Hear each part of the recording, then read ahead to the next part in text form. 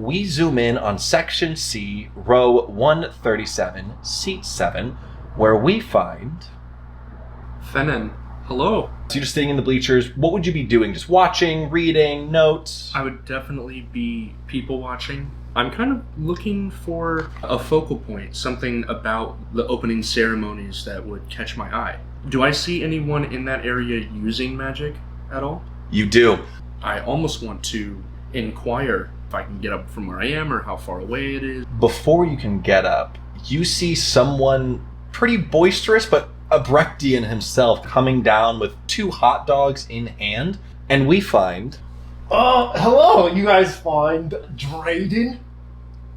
He is a very soldierly looking young man, around 22 years old, about 5'11". He has white hair that goes gray and then kind of black towards the tips with different streaks, a lot like a gray wolf. On his back, he has a straight longsword. It looks like it's never been touched though. Not the handle, not the blade.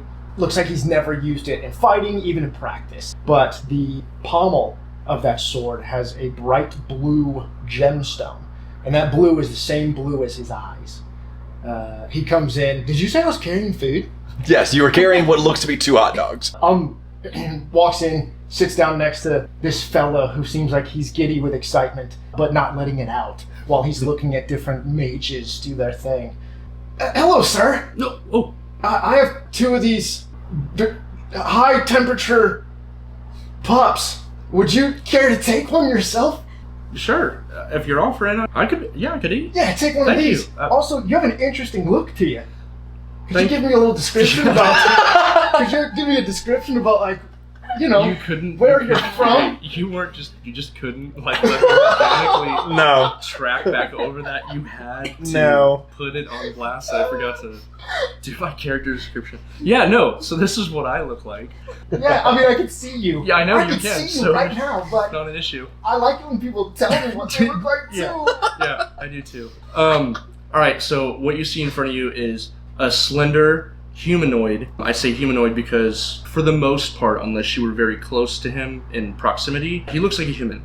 He has pointed ears, but they're kind of an accented pointed ear. It's very obviously not a wood elf or any other kind of elf. His garb is this long flowing robe that is dark blue and gray on the outside, and it almost shimmers in the light, like something special about it in that regard. On the inside, you can see, because it's a very flowy robe, it's midnight black.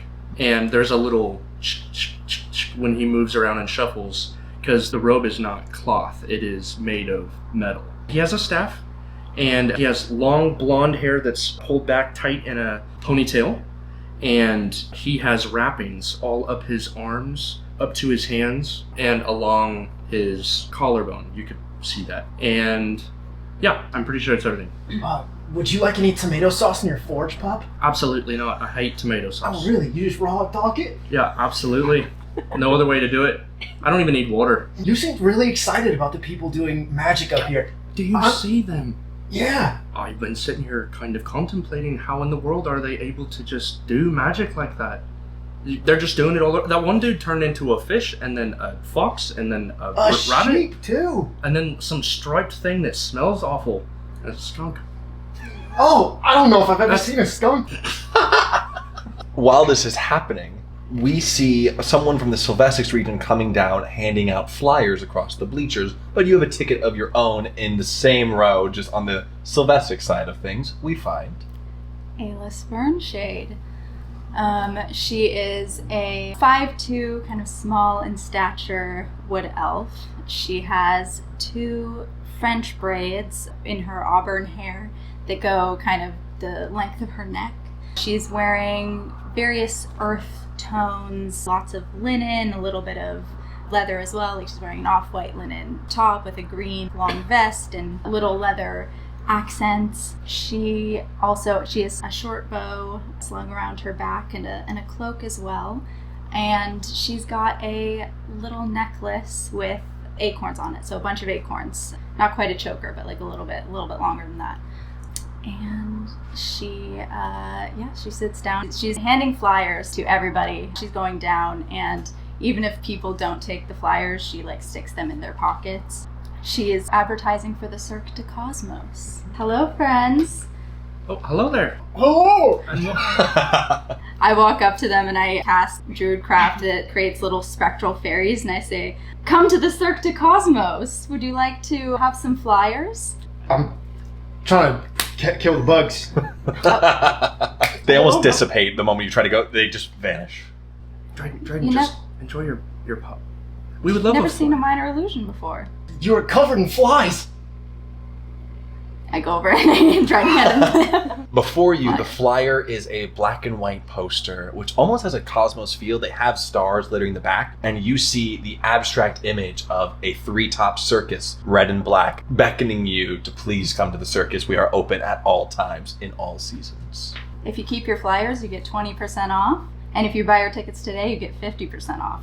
The moment she says that, the flyers start triggering and words start appearing on the flyer. 20% off in the future, 50% off today. We have to buy them today, then. 50%. That's what I got these dogs for. Pops. It's that would be 5 silver pieces if you're buying them today, but I'm not the one actually taking the money. That's my friends over in the People's Promise in the market over there. So if you head over there later, you can give them your 5 silver pieces and get a ticket to the Cirque du Cosmos. What exactly would we see at the Cirque du Cosmos? Is it more of these spectral fly things that you've got? Well, you definitely would see some of those. You'd see, we have a ton of acts. We have sword throwers, acrobatics, beast tamers, and all the magic you could ever imagine, too. Just tons of magic? Tons of magic, tons of illusions, and While this conversation is happening, someone who's just been kind of exploring the stadium, getting to understand more of the land, approaches, and we find Zeria Vinir. She is a smallish half elf. She's got long, flowing, wavy, midnight black hair. She's kind of like pale because she spends a lot of time indoors reading. And she's also got these piercing pale blue eyes as well. She's wearing some light leather armor. She's got a backpack with her full of all her things, and attached to that is her staff that she carries around. And she's also got a cup of coffee in her hand. Because she loves her coffee. early morning. And what is she doing at this point? She's exploring the area. So you're just walking around the stadium right now, getting a feel for them, and so you find yourself in Section C, row 137, seat 6, next to Finnen. You walk in on this conversation. Hi, so I saw some flyers are being passed out. Can you tell me a little bit about what this is? hello there, friend. Yes, these are flyers for the Cirque du Cosmos. Oh, They do a lot of interesting. magic. That's what they're known for. Oh, kind of, okay. right? One of the things, yes. Cool. Definitely. She takes a sip of her coffee. Oh, when is this taking place? 7 nights a week over in Sylvesix. Sylvesix. Okay, cool. Well, I will consider going to that. All right. And if you go today, it's Get 50% off. Do the thing. The flyer once again shimmers 50% Ooh. off. The Where- paper's magic. When does the show take place? Is it throughout the day? Is it in the evening? Is it something? It's in the evening, yeah. It's every evening, though there's always something going on at the Cirque du Cosmos. There are a ton of stands around the outside of the main tent with illusionists and card tricks, and sometimes I'll be over there doing some illusions as well. Fortune tellers. Do they have clowns? There are some clowns, yes. You two hear clowns? You have a vague idea? The circus is not really a thing in Brecht. You're not used to what they're talking about, so fortune tellers, illusionists, and so you just readily assume a clown is almost a magical being of some capacity you've just never heard of before. And this clown character, are they benevolent? I wouldn't say they're benevolent. They are Evil. I wouldn't say they're evil either. They make people laugh. Or They're- cry. Through a magical means. Some of them are magic, but they have face paint. Sometimes they have a big red nose that they put on top of their actual nose. To disguise their terrifying. identities. It is haunt a your sort dreams. of disguise, yeah. Zelaria seems pretty scared about him. I don't know if I want to meet one of these wizards of Really not helping laughter. the business here. Sorry, I don't like clowns. Don't worry about it. There The are clown! plenty of other things to experience other than the clowns, and they're not scary. I promise. Do they take over your mind to make you laugh? No, Just your not soul. not at all. Oh my god, I don't know if I want to go to the circus, guys. Well, hold on. There was other things she said. They She take said over your something soul about- there. Sorry. So I want to know where you all are as well.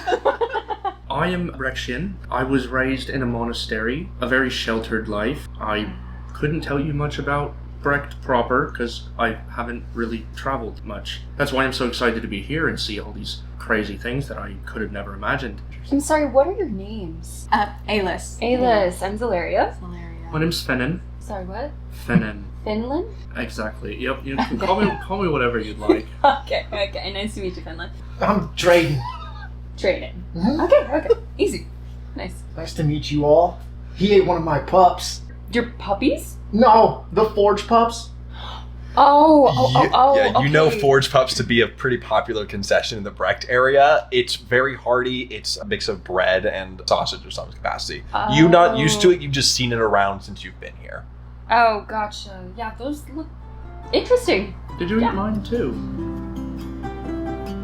Yes.